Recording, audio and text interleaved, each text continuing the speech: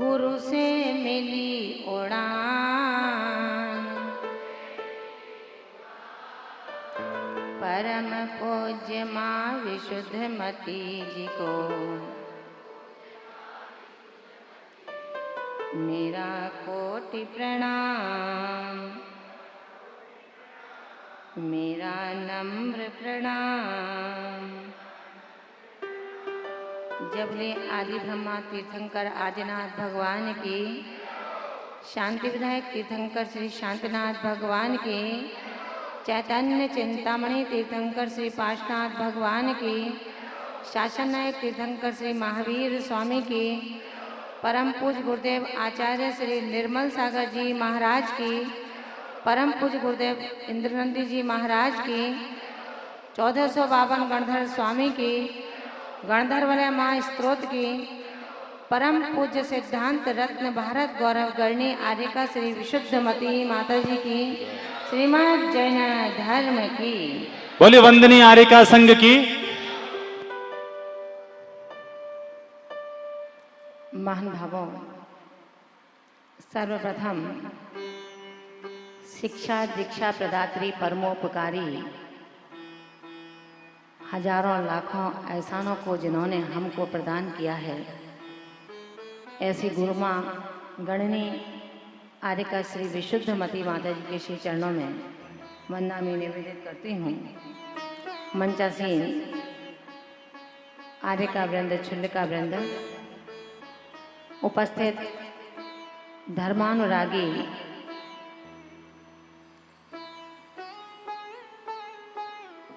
प्यारे प्यारे शरणार्थियों, भव्य आत्माओं, भाई केशव जी उनकी टीम,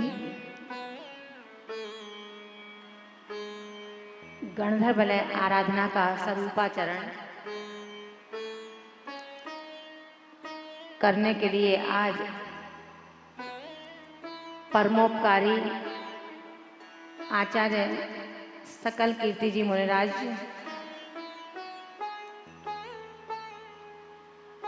उन गणधर स्वामी के श्री चरणों में अपने मन की पीड़ा को व्यक्त करते हैं कि भगवान आप परम तेजस्वी हैं, यशस्वी हैं, लेकिन ऐसा क्या है कि भगवान महावीर स्वामी का तीर्थकाल चल रहा है, शासन चल रहा है, और इस शासन के अंदर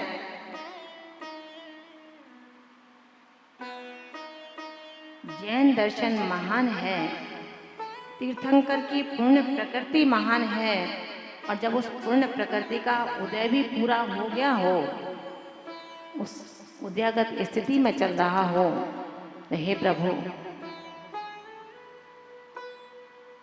इस काल के अंदर ये प्रदूषिता देखने को क्यों मिल रही है। गणधर स्वामी जो इंद्रभूति गौतम गणधर बनकर के संपूर्ण मुनिगणों का संचालन कर रहे हैं, तीर्थंकर के समव शरण में बैठे हुए 12 कोठों के अंदर मनुष्य और त्रियंच देव उन सबको विधि बता रहे हैं। कह देते हैं कि कोई नई बात नहीं है।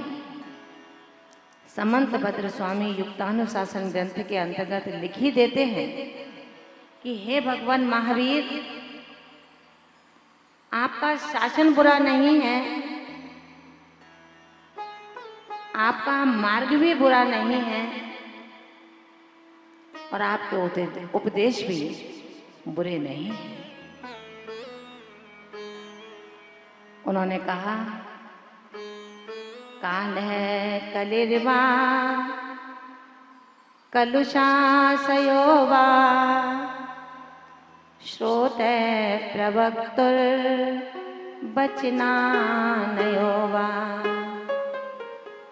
तच्छासने काधिपति तु लक्ष्मी प्रभोत शक्तेर पवाद हेतु।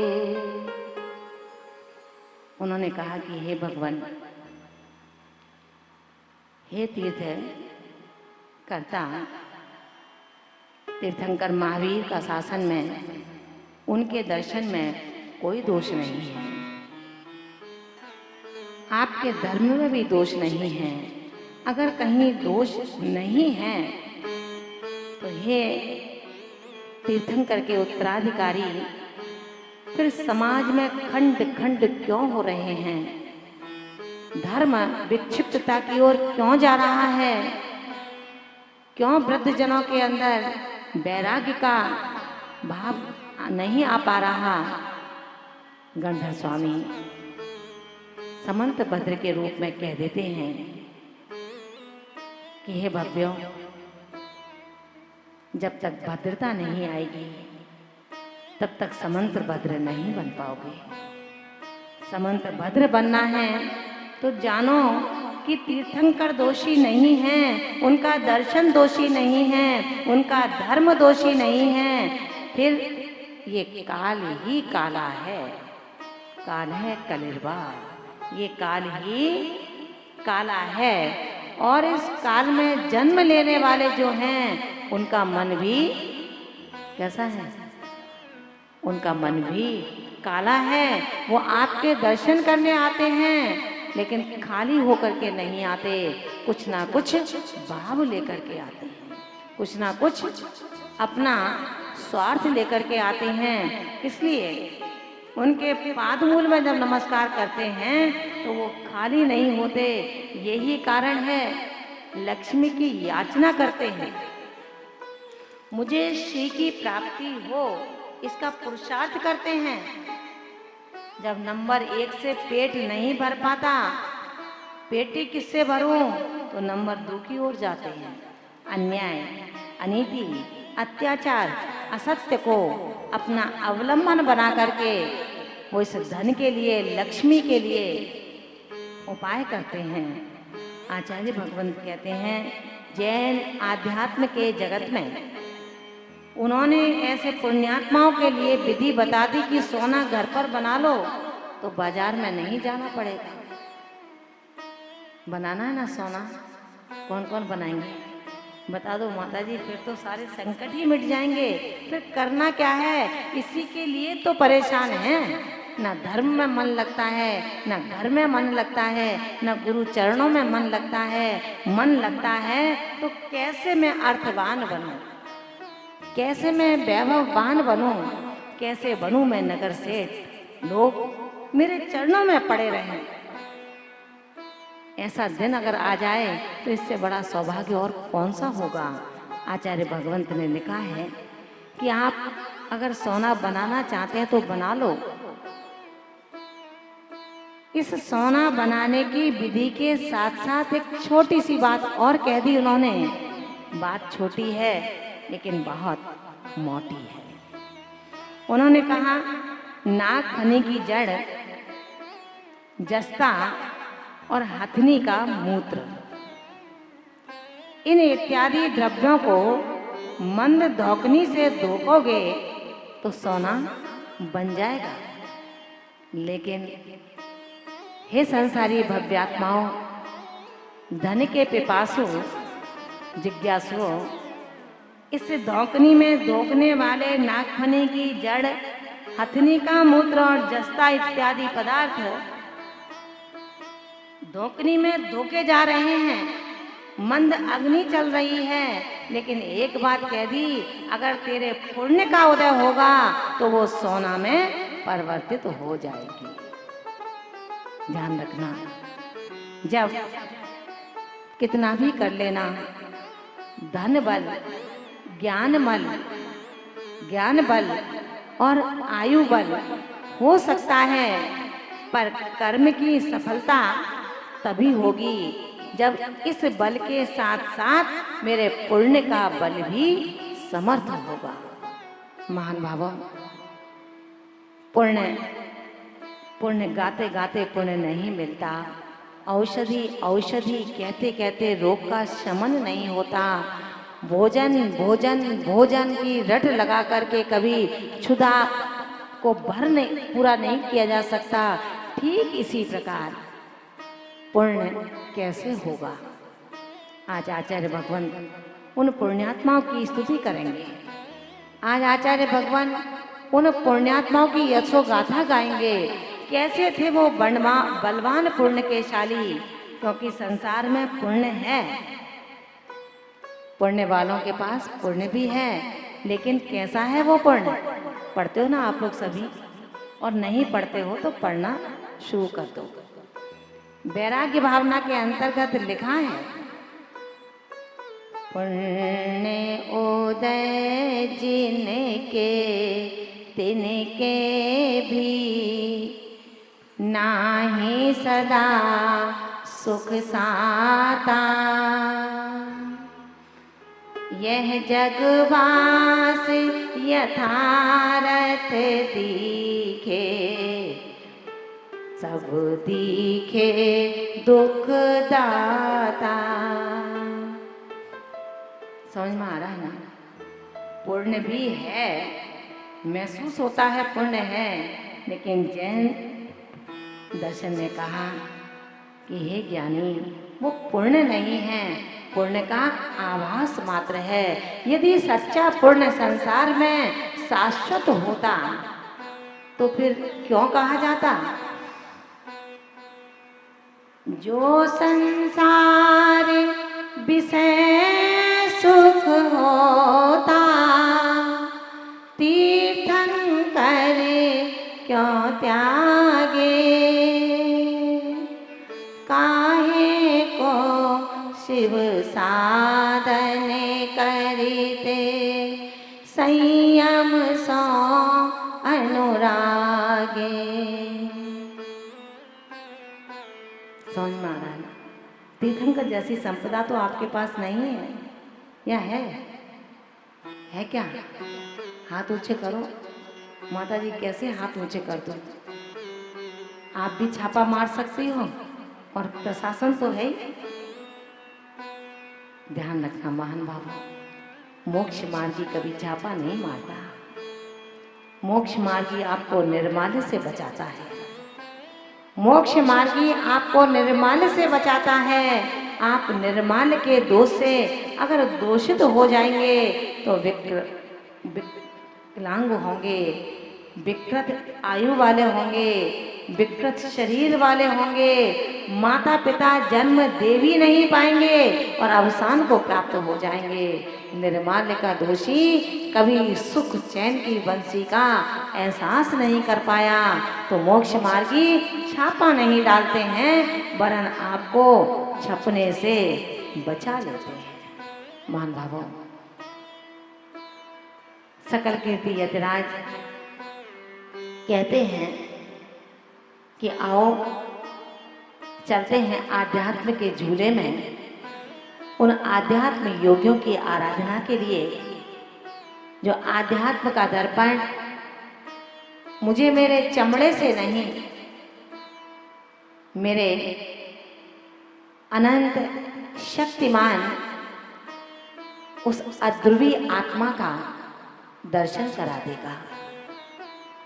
आत्मा का दर्शन मेरे स्वभाव का दर्शन है।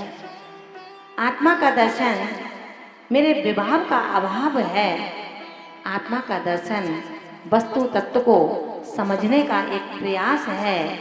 आइए चलते हैं अपने निज आध्यात्म जगत को प्राप्त करने के लिए उन आध्यात्म योगी के चरणों में, जिन्होंने इस संसार में समाधि के सूत्रों को ढूंढकर स्वयं को संसारातीत कर लिया। कभी संसार में लौट करके नहीं आएंगे। उनके अनुकरण करने वाले अध्येता जो अपने निशान छोड़ करके गए हैं, उन निशानों पर हम चलेंगे और उन तक पहुंच जाएंगे।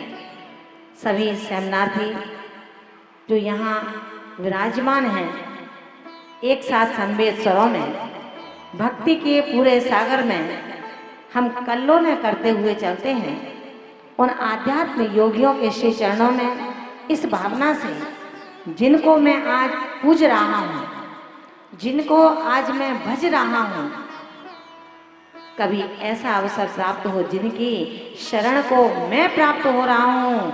आज जिसको मैंने अपना अवलंबन सहारा बनाया है, हे आध्यात्म योगी, तीन लोक के तिलक, प्राणियों के स्वामी, कभी मैं भी इस जगत का सहारा बन जाऊं, इस जगत को अपना सहारा ना बनाऊं। इन्हीं भावनाओं के साथ में चलते हैं। जिनान जीता राती कर, उनकी वंदना की है, स्तुति की है, उनके गुणों की प्राप्ति की प्रार्थना की है। लेकिन आज प्रार्थना नहीं है, आज याचना है। क्या है? आज याचना है कि हे प्रभु, आप ही सर्व कल्याणकारी, मन वांछित स्वद्रव्य के प्रदाता हैं। मेरा आत्म जो नाना नाना पर्यायों को बार बार रखता है, बार बार खोता है, यानी कि जन्म और मरण, इन दोनों से त्रासदी को प्राप्त हो रहा है। हे प्रभु, मैंने सुना है कि आप तारणहार हैं, आप स्वयं भी तरते हैं और शरणार्थियों को भी तार कर अपने साथ ले जाते हैं। प्रभु, आपकी शरण को प्राप्त मैं संसारी पापी शरणार्थी, क्या मुझे शुद्ध और पवित्र नहीं करोगे?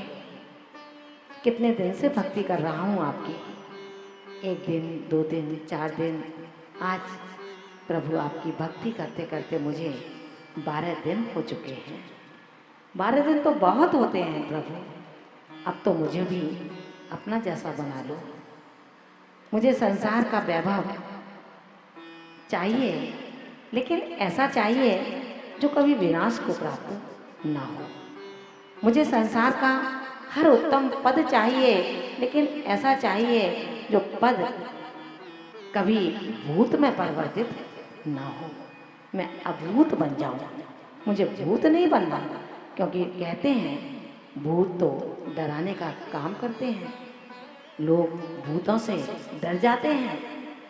प्रभु, मुझे डराने वाला नहीं, न मैं डराऊंगा न मैं डरूंगा। प्रभु, बस अपनी आत्मा पर, अपनी आत्मा से और अपनी आत्मा के लिए स्वराज्य को प्राप्त होना चाहता हूँ। दे दो प्रभु, आज याचना करने आया हूँ, याचक बन करके आया हूँ। संसारी नगर सेठ भी आए हुए याचक के कटोरे में द्रव्य डाल देता है, लेकिन हे मोक्ष मार्ग के व्यापारी, तो मोक्ष मार्ग के अधिपति बन चुके हो।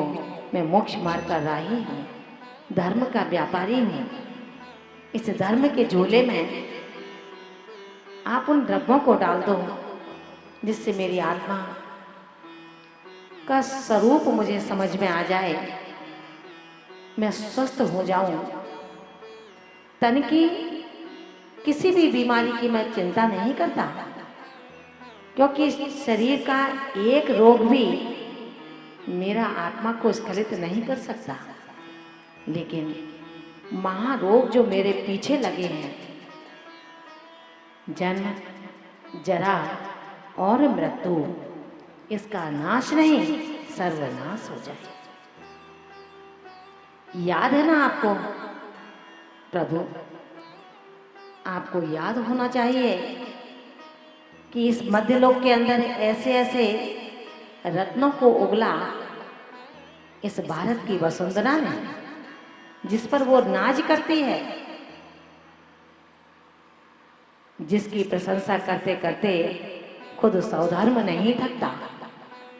अपने परकर में मध्यलोक के उन उत्तम श्रावकों का वो उदाहरण देता है, उन देवों को नसीहत देता है कि जागो, इस स्वर्ग की वैभव को पाकर के कहीं नींबू मिर्ची मत बन जाना।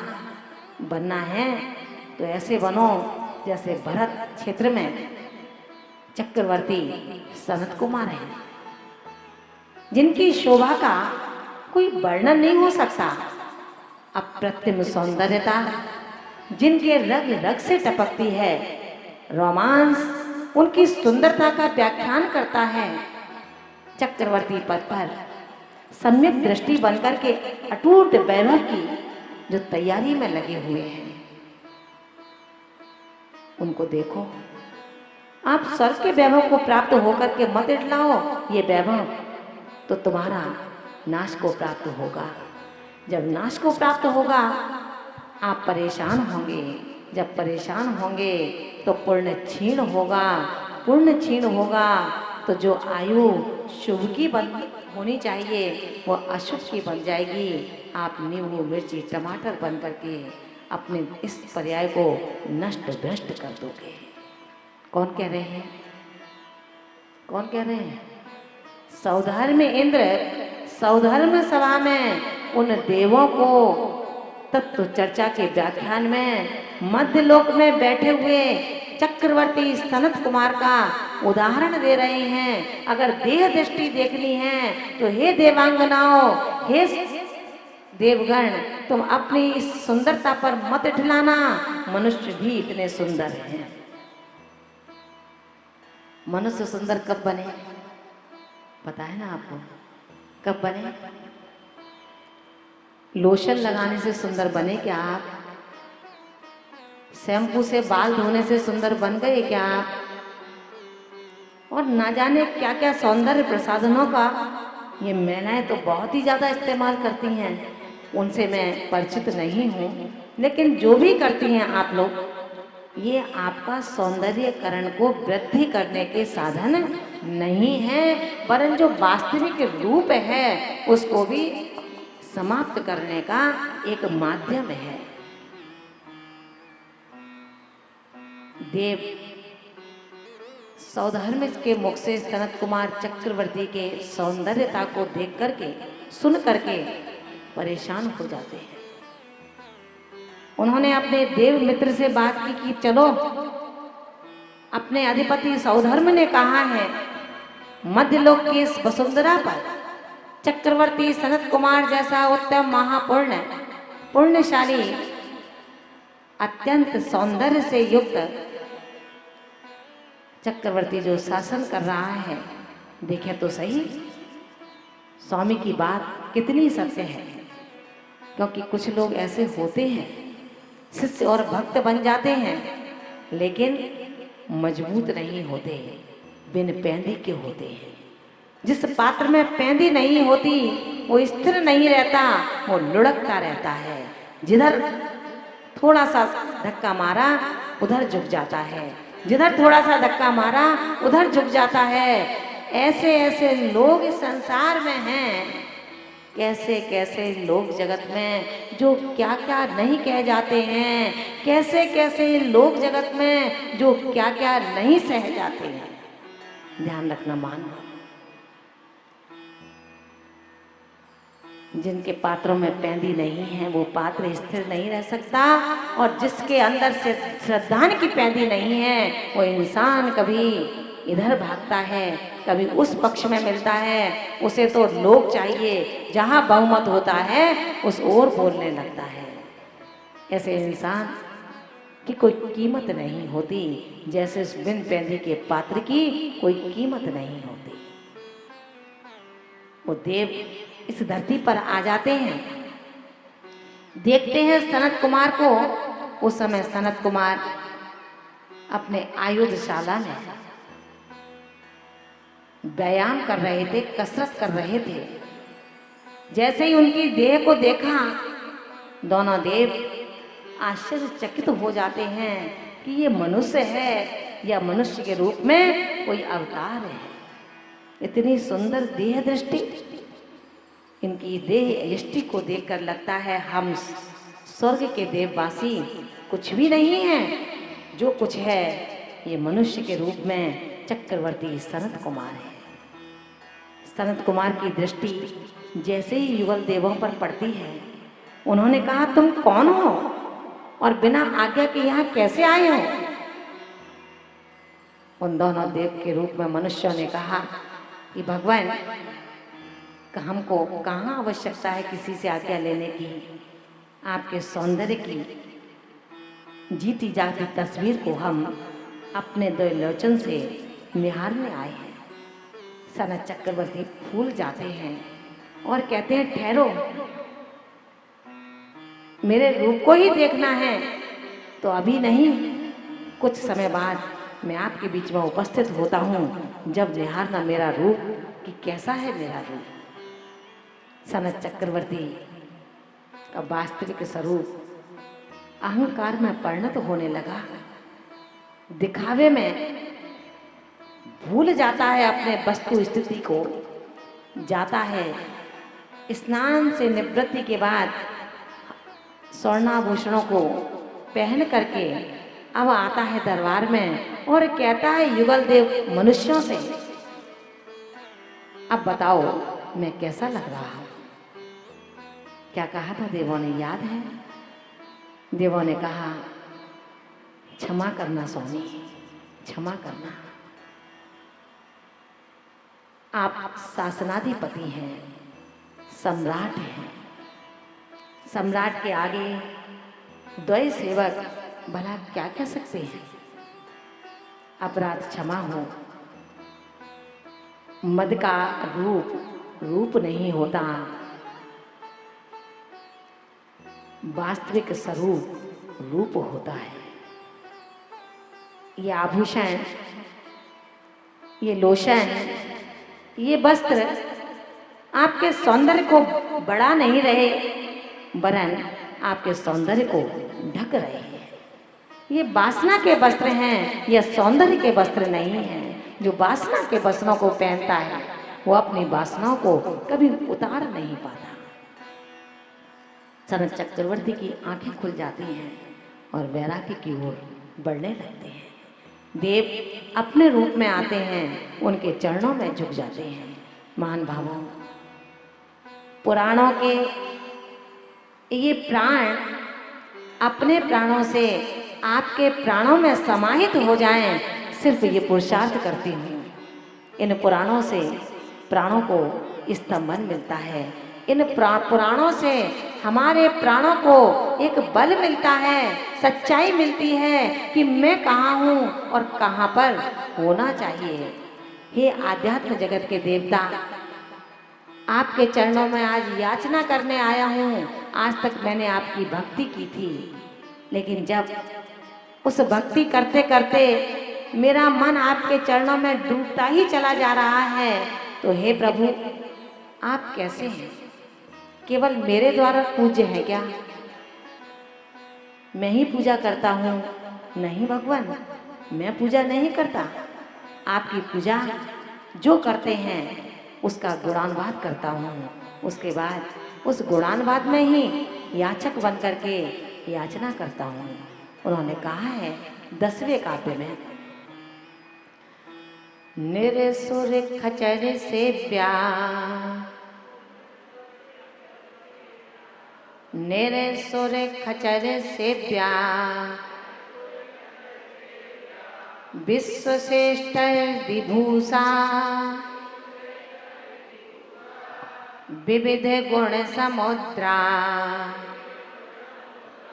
मार मातंग सिंहा, निरसुर खचर से प्यार, विश्व श्रेष्ठ विभूषा, विविध गुण समुद्रा, मार मातंग सिंहा, वंदिता में दिसंतु मुनिगण सकला, श्री सिद्धदास सदृशिंद्र, निरसुर खचर से प्यार, विश्वश्रेष्ठर्दिभूषा विविध गुण समुद्रा मार मातंग सिंहा भवि जल निधि पोता वंदिता में दिशंतो मुनिगण सकला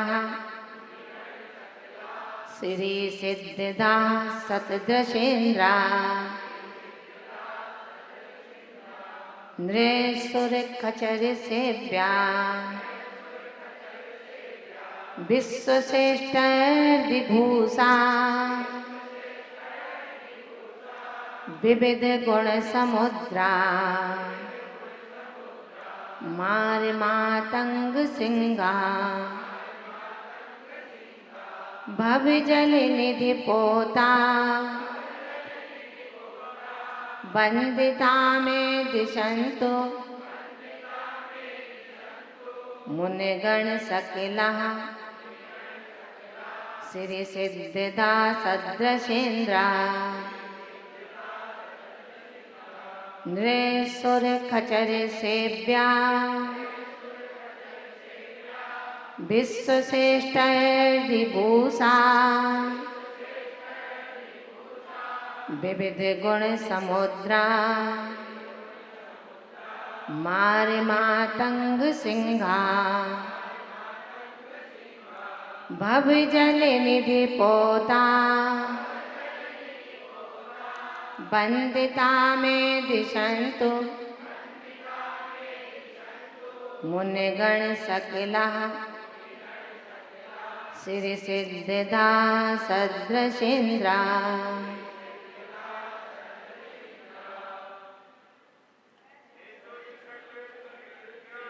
ऐसे नहीं, एक साथ बोले। ताया नृ सुर खचर, नृ माने मनुष्य। पुस्तक देखें, अभी लिखना नहीं है। नृ माने मनुष्य, सुर माने देव, खचर माने विद्याधर। क्या? नृ माने मनुष्य, सुर माने देव, खचर माने विद्याधर। हे प्रभु, हे गणाधिपति, विघ्न विनाशक,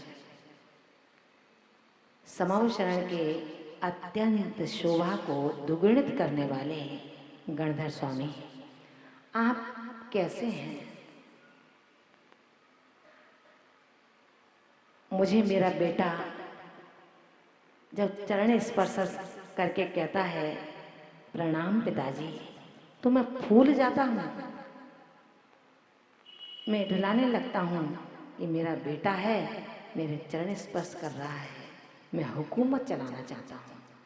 लेकिन हे प्रभु, यहाँ एक बेटे नहीं, यहाँ तो पूरा मनुष्य लोग, पूरा देवलोक और विद्याधर आपके चरणों में सेव्या पूजन करते हैं, आपकी स्तुति करते हैं, आपकी वंदना करते हैं। लेकिन फिर भी आप इन चक्षुओं को कभी उन्मीलित नहीं करते, कभी उगाड़ते नहीं हैं, कभी देखते नहीं हैं, हर्षातिरेक नहीं होते, खुशी से झूमते नहीं हो।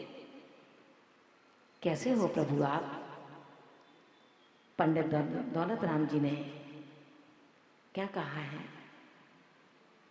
जब कोई अर्घ चढ़ा रहा हो तो फूल जाना चाहिए, कोई गाली दे रहा हो तो रुष्ट हो जाना चाहिए। ऐसा कहा क्या? क्या कहा? उन्होंने कहा पुण्य पाप फल माही हरस बिलखो मत भाई। पुण्य का फल है तो लोग आपको नमस्कार करते हैं, और पाप का फल है तो वही लोग आपका तिरस्कार करते हैं। भाई वही था जो बड़े भैया से बात करने में डरता था। भाई वही है जो आज भाई को छोड़कर शत्रु में मिल गया है।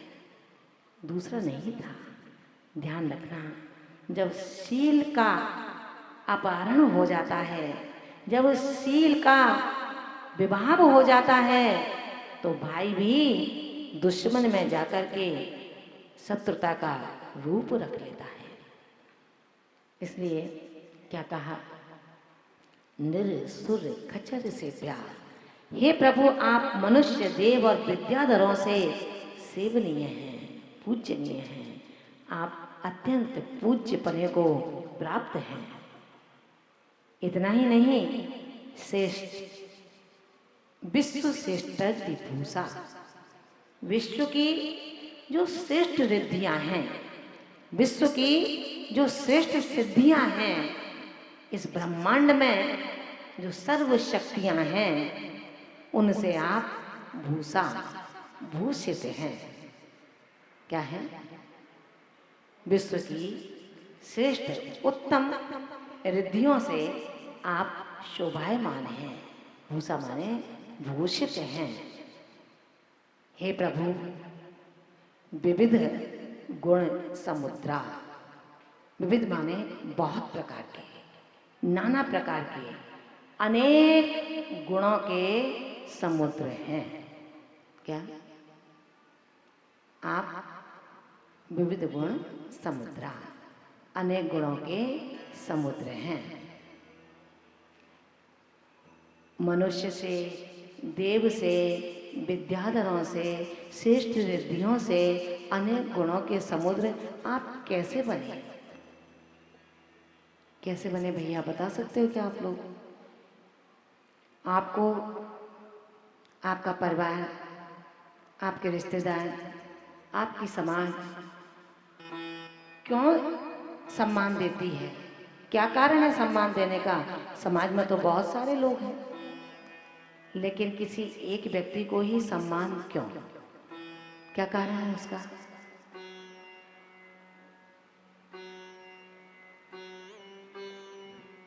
अपने स्वभाव में रहता है, दंभ नहीं करता, अहंकार नहीं करता, मंदिर का माल घर में नहीं ले जाता, मंदिर की चीज मंदिर में रखता है।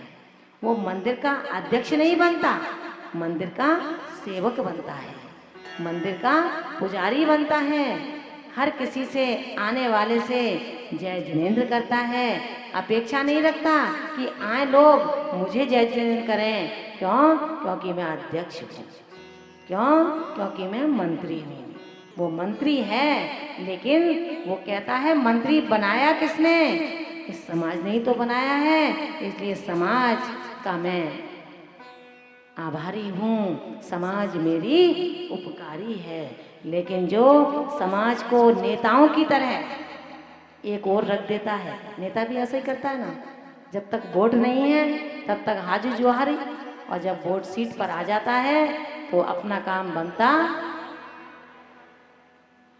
ध्यान रखना, वो नेता है, लेकिन आप उससे भी बड़े अभिनेता हैं।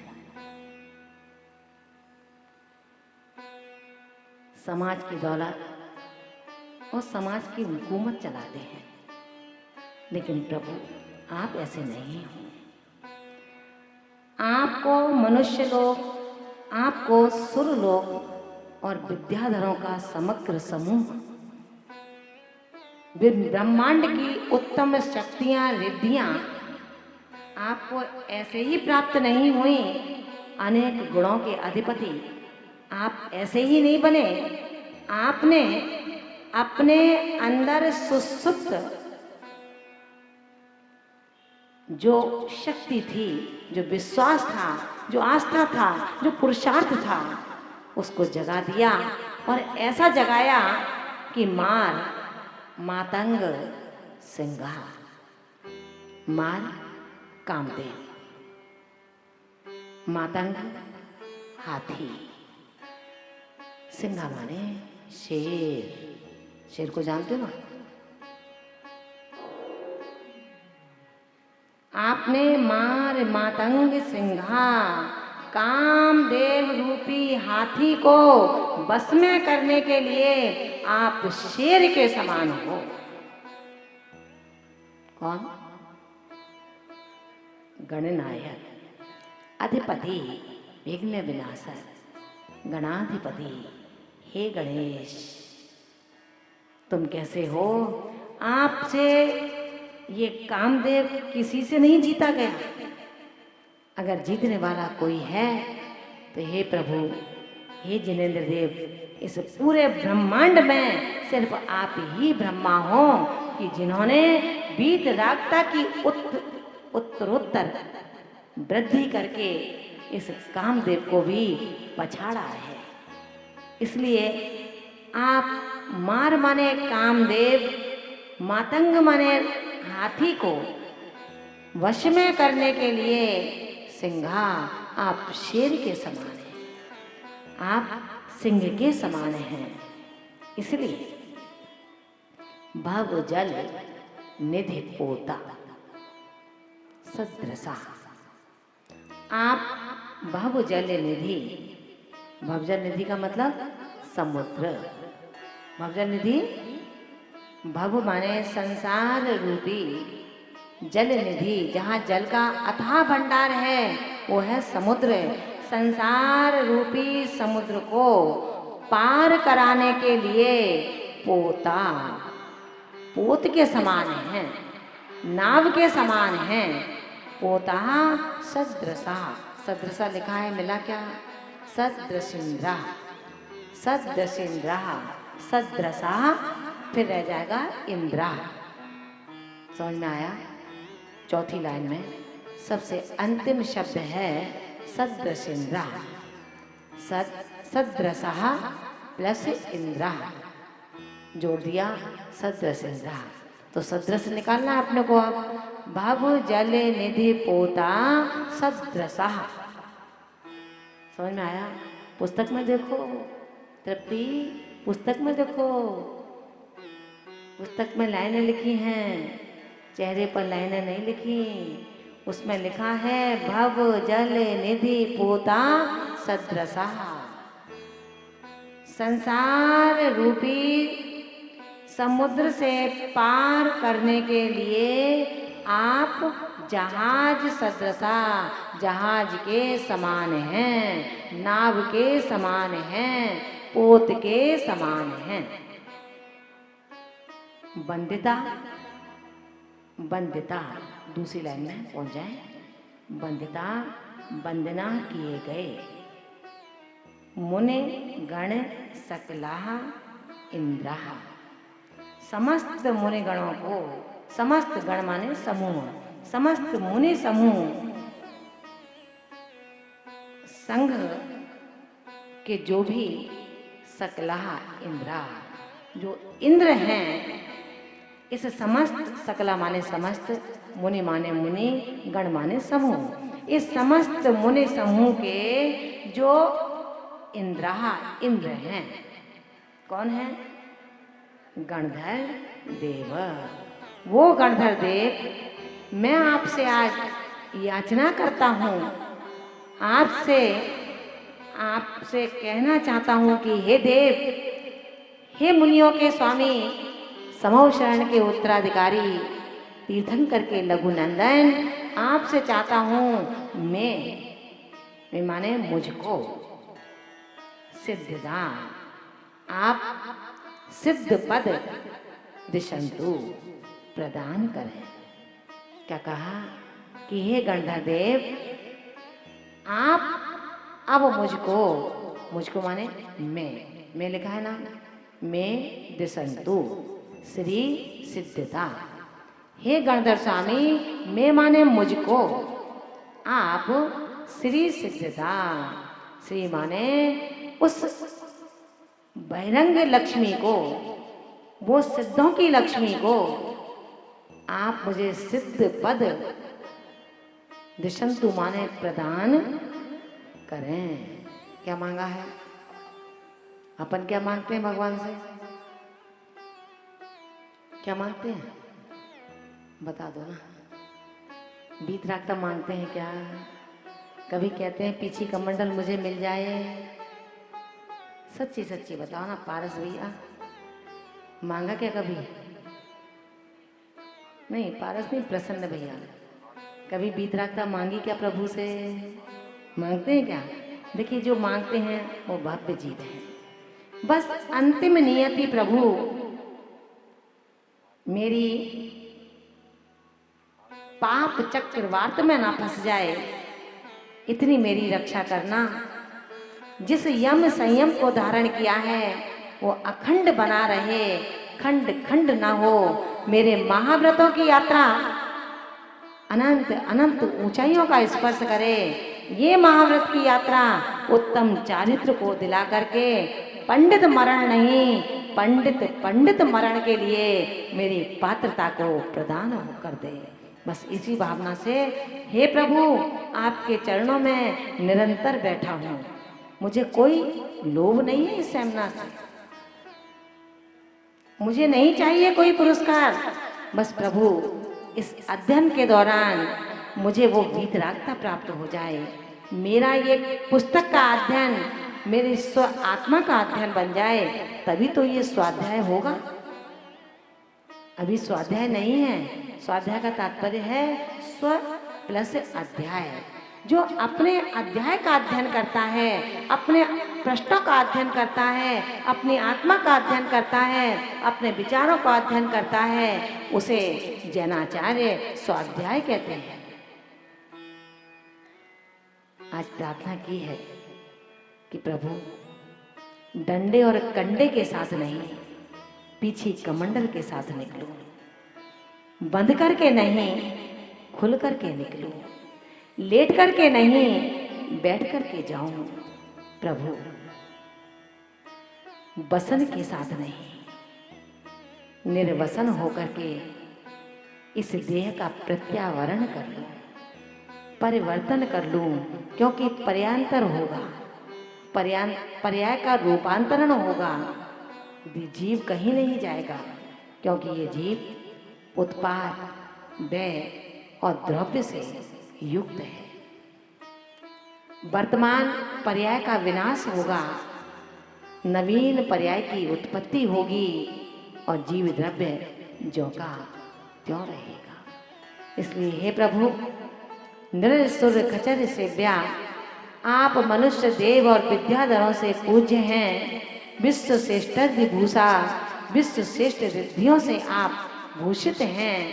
विविध गुण समुद्रा, अनेक गुणों के समुद्र, मार मातंग सिंहा, कामदेव रूपी हाथी को मारने के लिए, कामदेव रूपी हाथी को वश में करने के लिए आप शेर के समान हैं। भव जल निधि पोता सदृशा, आप संसार रूपी समुद्र से पार करने के लिए पोत के, नाव के, जहाज के समान हैं। वंदिता, वंदना किए गए मुनि गण सकला, जो समस्त मुनियों का समूह है, उनके इंद्रा, उनके गणनायक, उनके अधिपति, उनके विश्व गुरु, आप मुझ पर कृपा की कौर कीजिए। आपके चरणों में ये शरणार्थी आया है, क्योंकि आप ही तो कहते हो, क्या कहते हैं? नर तू ही नारायण है, साधारण इंसान नहीं। नर तू ही नारायण है, साधारण इंसान नहीं। तू ही प्रभुता, तू ही प्रभु है, अन्यत्र कहीं भगवान नहीं। हे प्रभु जब मेरे ही अंदर सारी सत्ता मौजूद है, तो क्यों नहीं दे देते मेरे अधिकार को मुझे वापस? क्यों नहीं करा देते मेरी अटल संपत्ति से मेरा परिचय? क्यों दूर रखते हो? क्योंकि कहा है जिसके पास जो होता है वो दे देता है। आपके पास सिद्धि है तो मुझे भी सिद्धि दे दो, आपके पास प्रसिद्धि है तो मुझे भी प्रसिद्धि दे दो। हे प्रभु आपके पास अनंत गुणों का अथाह समुद्र है, तो मुझे भी आप श्रुत का पारगामी क्यों नहीं बना देते हो? मुझे भी श्रुत का पारगामी बना दो। अनेकों अनेक दोषों का जो मैं घर बना हुआ हूँ, उन दोषों को गुणों में परिवर्तित करके मुझे कृपा की दृष्टि प्रदान कर दो प्रभु।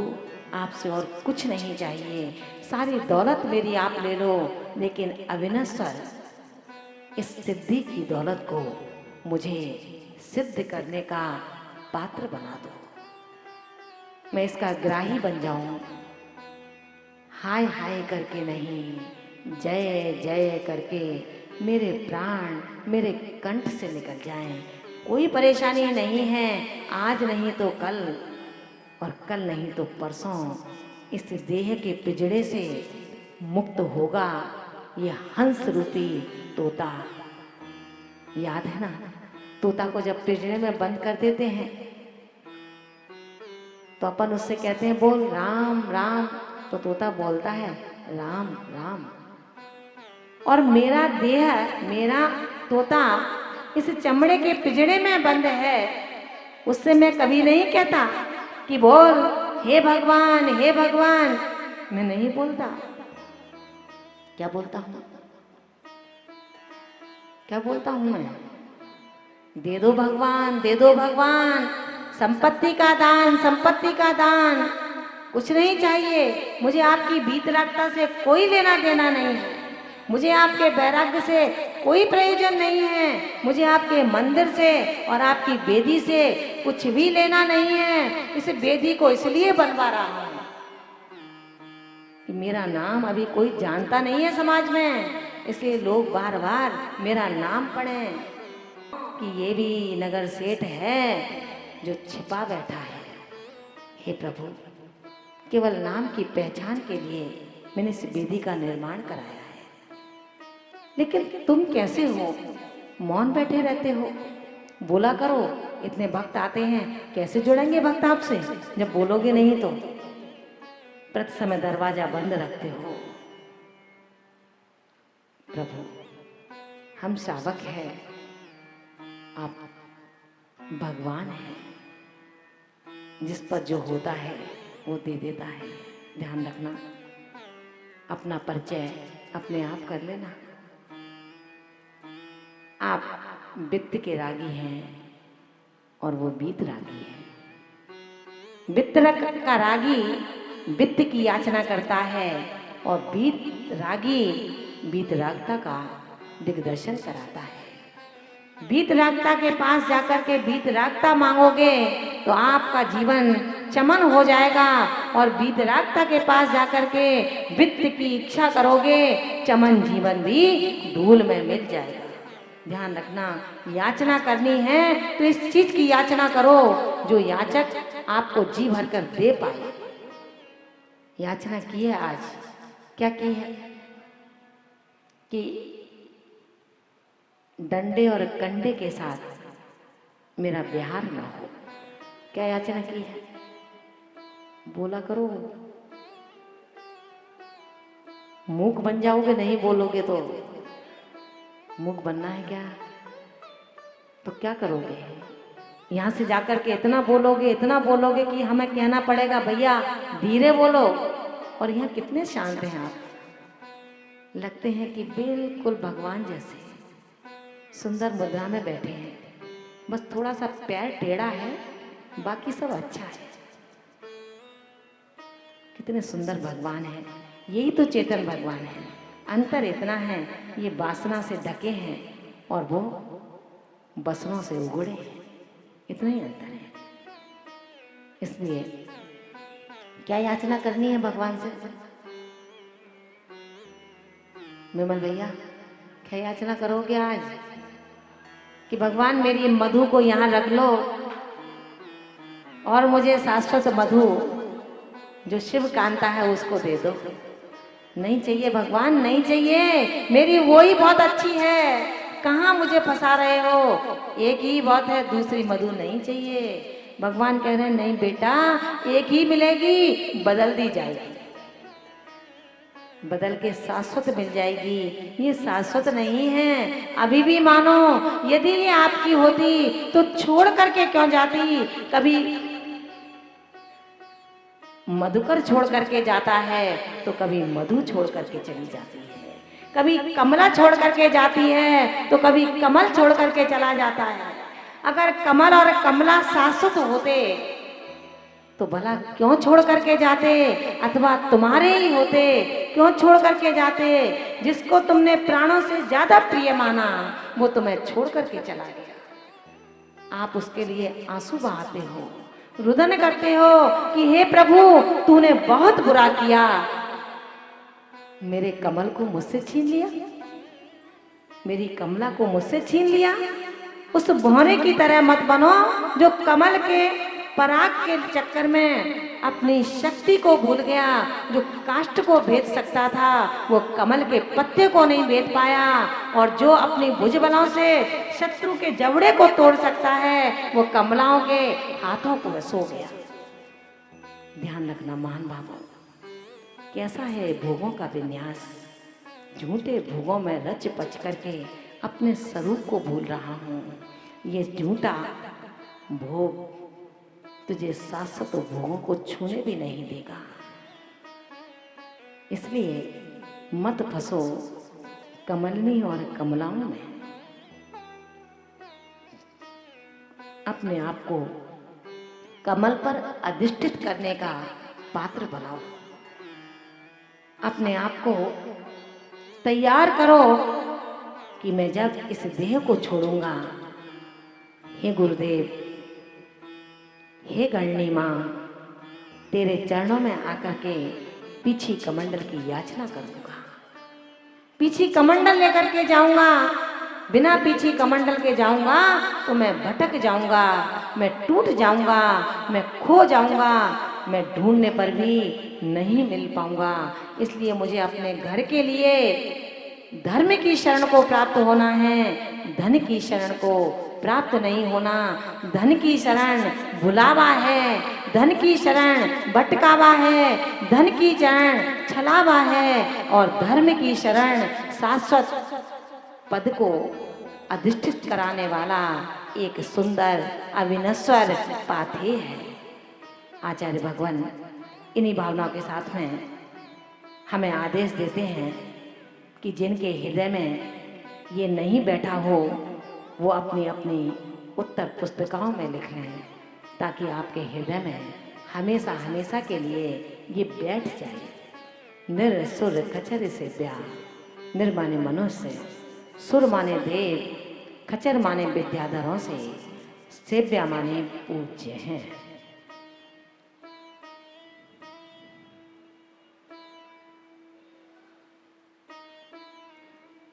निर मनुष्य, सुर देव, खचर विद्याधर, सेव्या पूज्य। जो मनुष्य देव विद्याधरों से पूज्य हैं, विश्व श्रेष्ठ धी भूषा, विश्व श्रेष्ठ रिद्धि भूषा। जो विश्व की श्रेष्ठ माने उत्तम रिद्धियों से भूषित हैं।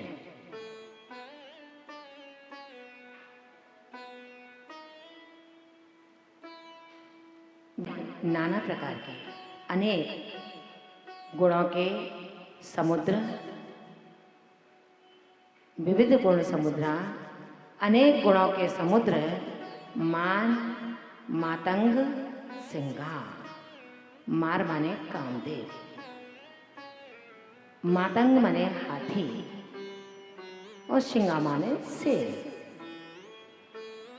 आप विविध गुण समुद्रा, अनेक गुणों के समुद्र और कामदेव रूपी हाथी को वश में करने के लिए शेर के समान हैं। कामदेव रूपी हाथी को वश में करने के लिए मार माने कामदेव, मातंग माने हाथी, सिंघा माने शेर। कामदेव रूपी हाथी को वश में करने के लिए आप सिंह यानी कि शेर के समान हैं। भव जल निधि पोता सदृशा। भव जल निधि, भव माने संसार, भवजल माने समुद्र, पोता माने पोत नाव जहाज, जो भी आप अपने समझ से लिख सकते हो। सदृशा माने समान। जो संसार या भव रूपी समुद्र को पार कराने के लिए अथवा संसार रूपी समुद्र को पार करने के लिए जहाज के सदृशा माने समान है। वंदिता वंदन किए गए, पूजे गए मुनि गण सकला समस्त मुनि समूह।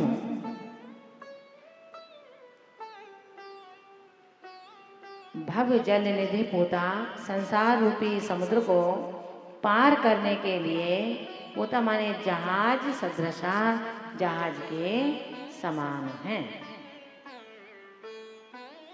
वंदिता वंदना किए गए, मुनि गण सकला समस्त मुनि समूह, समस्त मुनि संघ के इंद्रा जो इंद्र हैं, जो समस्त मुनि संघों के इंद्र हैं। कौन? वो गंधर्व देव। हे गंधर्व देव, समस्त मुनियों के अधिपति आप मैं माने मुझको, मैं माने मुझको सिद्धदा दिशंतु, श्री सिद्धदा दिशंतु। आप उस श्री, उस लक्ष्मी को दें। कौन सी लक्ष्मी को? सिद्ध, जो सिद्ध पद में लक्ष्मी प्राप्त होती है, उस सिद्ध पद को आप मुझे दिशंतु प्रदान करिए। आप मुझे उस सिद्ध पद को प्रदान करने वाले हो हे प्रभु, इसलिए मैं आपकी स्तुति करता हूँ। मनुष्य लोक, सुर लोक और विद्याधरों का समूह आपकी वंदना करता है। सकल मुनिगण आपकी चरण की आराधना करते हैं, आपकी सुंदर बिरदावलियाँ गाते हैं। इसलिए हे प्रभु, मुझे भी आप सिद्ध पद प्रदान करने वाले हो। करिए, अब मुझको भी सिद्ध पद प्रदान कर दीजिए। तैयार हो जाओ लेने के लिए, सिद्ध पद मिलेगा आपको। किस किस को चाहिए हाथ ऊंचा करें। देखिए अभी भी पैसे भयभीत बैठे हैं कि वास्तव में सिद्ध पद कहीं मिल ना जाए तो मालपुरा छूट जाएगा। कितना अच्छा है मालपुरा, बहुत सुंदर है।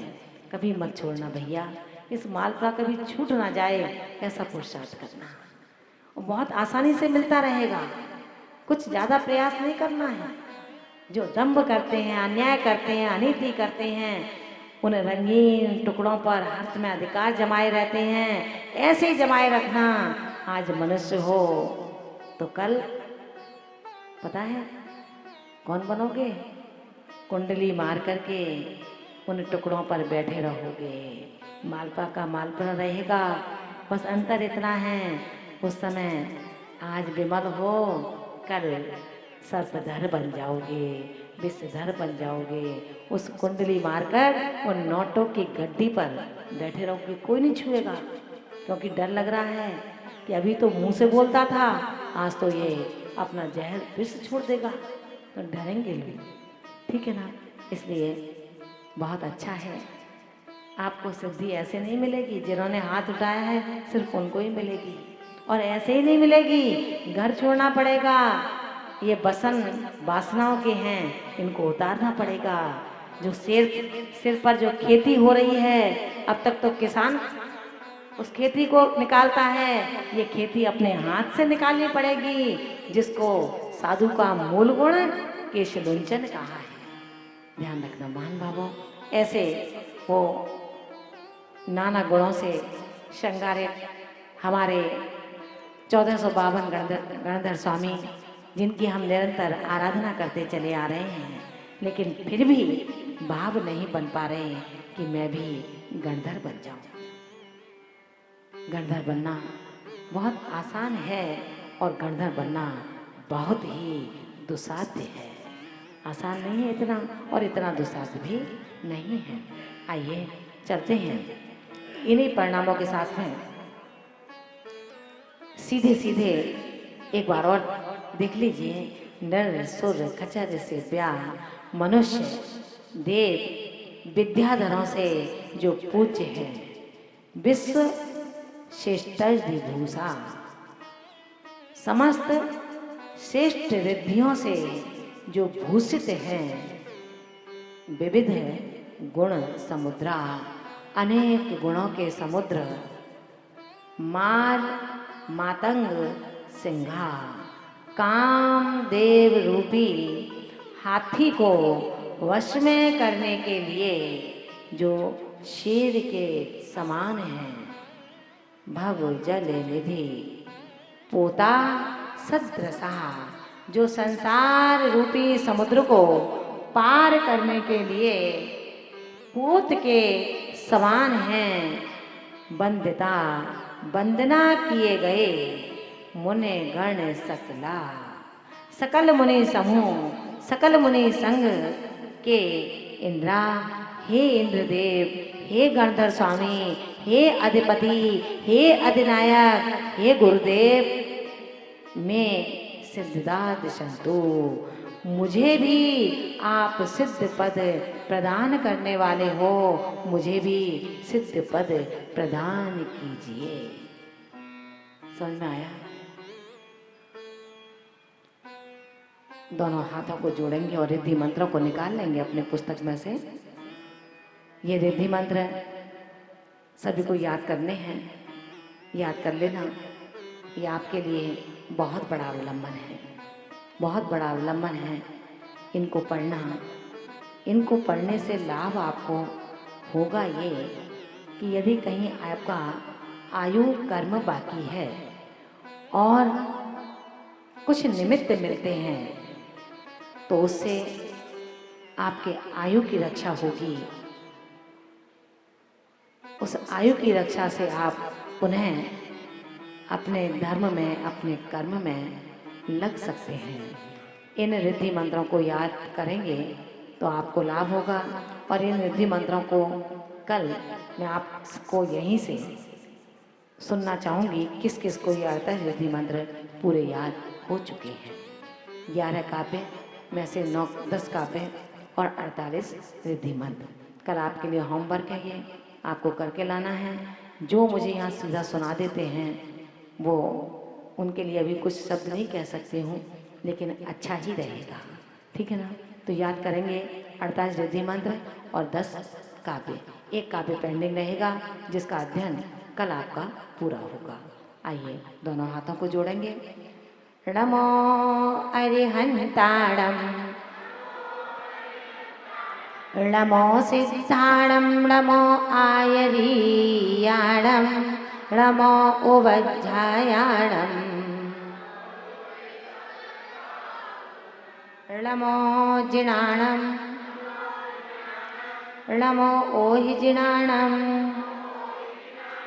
नमो परमोहिजिनाणं, नमो सब्बोहिजिनाणं,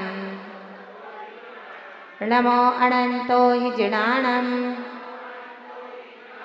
नमो कोट्टबुद्धीणं, नमो बीजबुद्धीणं, नमो पदानुसारिणं, नमो सभिन्नसोदाराणं, नमो स्वयंबुद्धाणं, नमो पत्येयबुद्धाणं, नमो भूयबुद्धाणं, नमो उज्मदीणं, नमो व्यूलमदीणं, नमो दशपुब्बियाणं, नमो 14 पुब्बियाणं, नमो अट्ठङ्गमहानिमित्तकुशलाणं, नमो व्युग्वणपत्ताणं, नमो विद्याहराणं, नमो चारणाणं, नमो पर्णसमणाणं, नमो आकाशगामिणं, नमो आसीविषाणं, नमो डिट्ठविषाणं, नमो उग्रतवाणं नमो दित्यतवाणं नमो तत्तवाणं नमो महातवाणं नमो घोरतवाणं नमो घोरपरकमाणं नमो घोरगुणाणं नमो घोरगुणबम्बयारीणं नमो आमोसैपत्ताणं नमो खेलोसैपत्ताणं नमो जल्लोसैपत्ताणं नमो बिट्टोसैपत्ताणं नमो सब्बोसैपत्ताणं नमो मणबलीणं नमो बचबलीणं नमो कायबलीणं नमो क्षीरसवीणं नमो सप्तसवीणं नमो महुसवीणं नमो अमयसवीणं नमो क्षीणमहानसाणं नमो बड्डमाणाणं नमो लोय सब्बसिद्धाय दणाणं नमो बड्डमाण बुद्धऋषिस्य जसन्तियं धम्मपहं नियञ्चे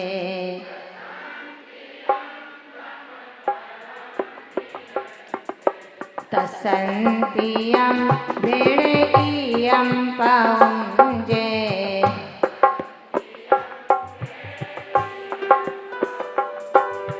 कायेन वाचा मनसा विवेचम्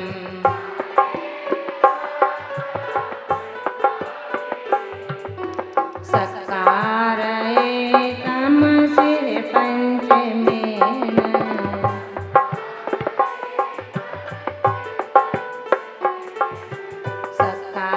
सकारयेतं सिरपञ्चमेन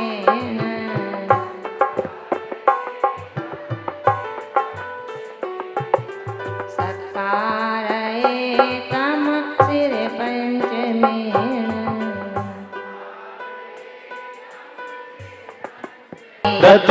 रत्नत्रयधारी श्रेष्ठयति स्वात्म चिंतन आदर्श तुम्हें मुनि समाचारी पालन कर दी अहिनिस आत्म का ध्यान करो मैं नमो तुम्हें श्रद्धा पूर्वक पंचम गति का तुम वर्ण करो सम्यक शुद्धि आदि का प्रमुख आत्म ज्ञानी अति भारी हो चारित्र शुद्ध संयम भूषण की गुरु माँ तुम अवधारी हो दिन रात का भेद मिटाने को तुमने पुरुषार्थ जगाया है यहाँ काम क्रोध से शत्रु को माँ तुमने दूर भगाया है ज्ञान भारती की नंदनी ब्रह्मा सुंदरी की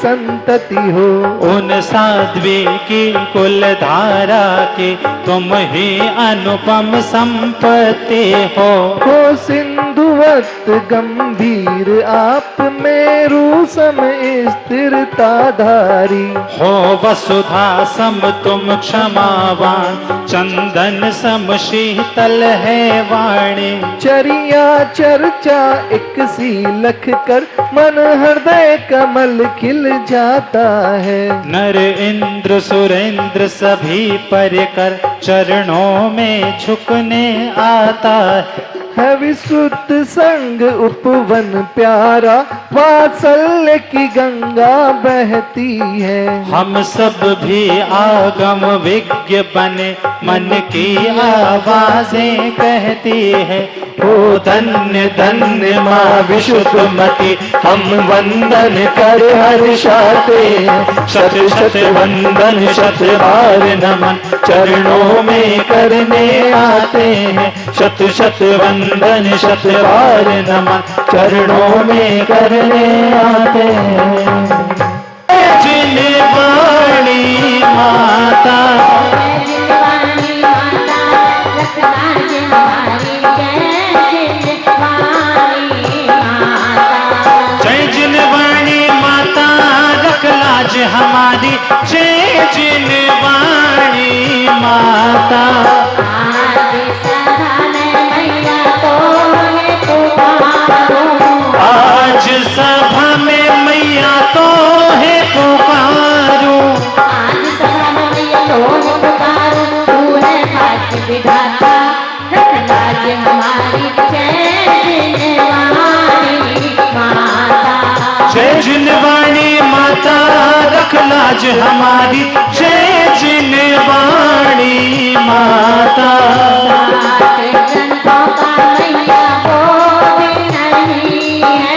शास्त्र ग्रंथों का मैया बोध नहीं है, शास्त्र ग्रंथों का बोध नहीं है, शास्त्र ग्रंथों का बोध नहीं है, हमको कुछ नहीं आता रख लाज हमारी, जय जिनवाणी माता। जय जिनवाणी माता रख लाज हमारी, जय जिनवाणी माता।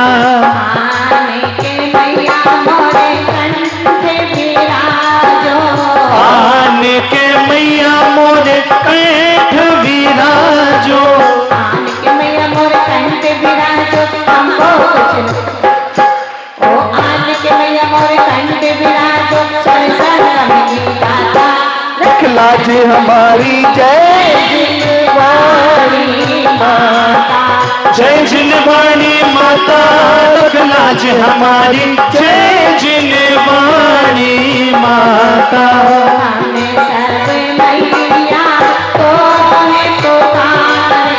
हमें सर्व मैया तो है पुकारे, हम सब मैया तो है पुकारे, हम सब मैया तो है पुकारे, चरणन से नवाता रख लाज हमारी, जय जिनवाणी माता।